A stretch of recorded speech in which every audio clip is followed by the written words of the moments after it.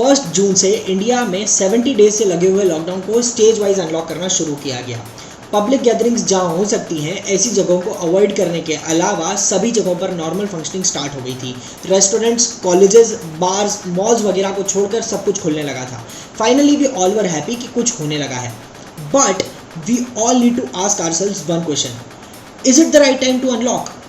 कई सारे स्टूडेंट्स के कोर्सेज, सिलेबस, उनकी क्लासेस, उनकी एग्जाम्स का नुकसान हुआ। कई बिजनेसमैन ने बड़े बड़े लॉसेस बियर किए।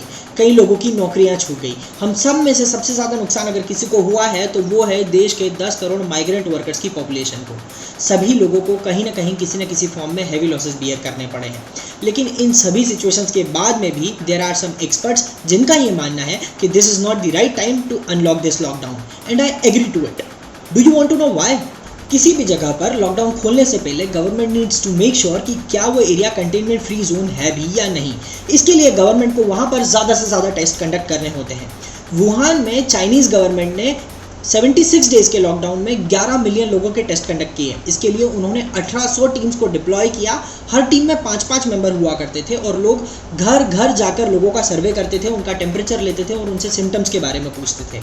क्या इंडियन गवर्नमेंट पूरी कंट्री में ये कर सकती है? इनफैक्ट इंडिया में 100% स्क्रीनिंग तो सिर्फ कंटेनमेंट जोन्स में ही हो रही है। अगर आप नॉन कंटेनमेंट जोन में हैं और अगर आपको सिम्टम्स हैं तो ही आपकी स्क्रीनिंग होगी, अदरवाइज स्क्रीनिंग नहीं हो रही है। लेकिन एक बात ये भी इंपॉर्टेंट है कि Indian council of medical research की एक रिपोर्ट के हिसाब से इंडिया में 69% केसेस में लोगों में इन्फेक्शन के सिम्टम्स नहीं दिखते हैं, अगर उन्हें इन्फेक्शन है तो भी। इसका मतलब तो यही हुआ कि अगर किसी में इन्फेक्शन है और उसे सिम्टम्स नहीं दिखते हैं तो वो बाहर निकल सकता है। अब अगर वो बाहर निकलेगा तो वो दूसरे लोगों में इन्फेक्शन फैलाना शुरू कर देगा। ये समझना बहुत ज़रूरी है कि पर्सन हेल्दी हो या अनहेल्दी, उसमें सिम्टम्स दिखते हो या नहीं दिखते हो, उसका कोरोना इन्फेक्शन स्क्रीनिंग टेस्ट होना बहुत ज़रूरी है। अनदर इंपॉर्टेंट पॉइंट है कि एक बार टेस्ट कर लेने से सोल्यूशन नहीं है, टेस्ट बार बार करने होंगे, क्योंकि एक बार रिपोर्ट नेगेटिव आने से ये मतलब नहीं हो जाता कि अब हर बार ही रिपोर्ट नेगेटिव आएगी। हो सकता है कि बाद में इन्फेक्शन लगा हो। इसीलिए यूएस गवर्नमेंट ने प्रपोज किया है कि उनकी कंट्री में हर दिन 22 मिलियन टेस्ट कंडक्ट किए जाएं ताकि हर 2 हफ्ते में पूरी पॉपुलेशन की टेस्टिंग हो सके।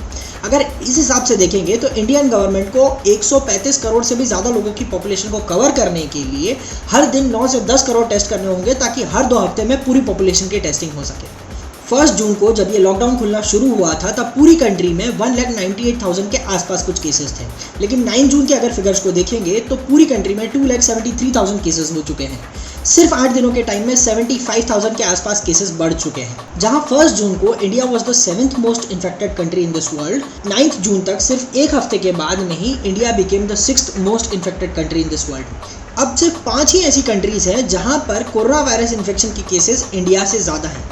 लेकिन एक चिंताजनक बात यह भी है कि इन सभी कंट्रीज़ में जब लॉकडाउन खोला गया तब यहाँ पर हर दिन आने वाले कोरोना वायरस इन्फेक्शन केसेस का ग्राफ नीचे जाने लगा था, उसका फिगर कम होने लगा था। लेकिन इंडिया में अभी ये ग्राफ नीचे जाना शुरू नहीं हुआ है।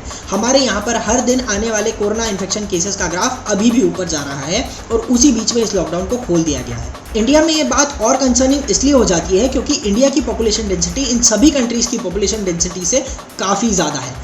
जितना कोरोना वायरस इन्फेक्शन फैलने का खतरा इन कंट्रीज़ में नहीं है, उससे कहीं ज़्यादा खतरा इंडिया में है। Coming back to conducting more and more test, in top 7 countries में सिर्फ इंडिया ही ऐसी कंट्री है जहाँ पर मिलियन बेसिस पर सबसे कम टेस्ट कंडक्ट हो रहे हैं। लेकिन if we look on the similar figure from other perspective, this is what we see. In top 7 countries में से इंडिया एक ऐसी कंट्री है जिसकी पॉपुलेशन सबसे ज़्यादा है। इनफैक्ट इंडिया की पॉपुलेशन इतनी ज़्यादा है कि इन 7 कंट्रीज़ की पॉपुलेशन मिला करके भी इंडिया की पॉपुलेशन की बराबरी नहीं की जा सकती। उसके हिसाब से देखेंगे तो इन 7 कंट्री में मिलाकर जितने केस होते हैं उससे कहीं ज़्यादा कम केसेस इंडिया में हैं। अब अगर हम इन सभी कंट्रीज़ की रैंकिंग इस बेसिस पर करें कि इन कंट्रीज़ में कितने लोगों में से एक इंसान को कोरोना वायरस इन्फेक्शन है, तो उस केस में इंडिया की रैंकिंग टॉप 7 तो दूर टॉप 100 में भी नहीं आती।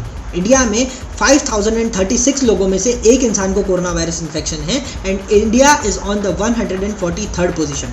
हम अभी भी 142 कंट्री से बेटर परफॉर्म कर रहे हैं। जब हम पर मिलियन बेसिस पर ही रैंकिंग देखेंगे तो आप खुद समझ जाएंगे कि इंडिया में पर मिलियन बेसिस पर कितने कम केसेस हैं और हम इन टॉप 7 कंट्रीज़ के मुकाबले कितना बेटर परफॉर्म कर रहे हैं। This definitely gave a bright side to us, but it is still not good enough. हमें अभी भी बहुत चीज़ों का ध्यान रखना है। जितना ज़्यादा हो सके घर से बाहर निकलना अवॉइड करना है, पब्लिक गैदरिंग्स अवॉइड करनी है, सोशल डिस्टेंसिंग मेंटेन करनी है। जितना हो सके सैनिटाइजर्स यूज़ करना है, हैंड वॉश की हैबिट्स बनाए रखनी है, फेस मास्क लगाना है, इन सभी हैबिट्स को मेंटेन करना है ताकि हम सब मिलकर इस कोरोना की लड़ाई को जीत सकें। So come, let's take care of our families, our country and win this corona war together. And as always, thank you so much for watching.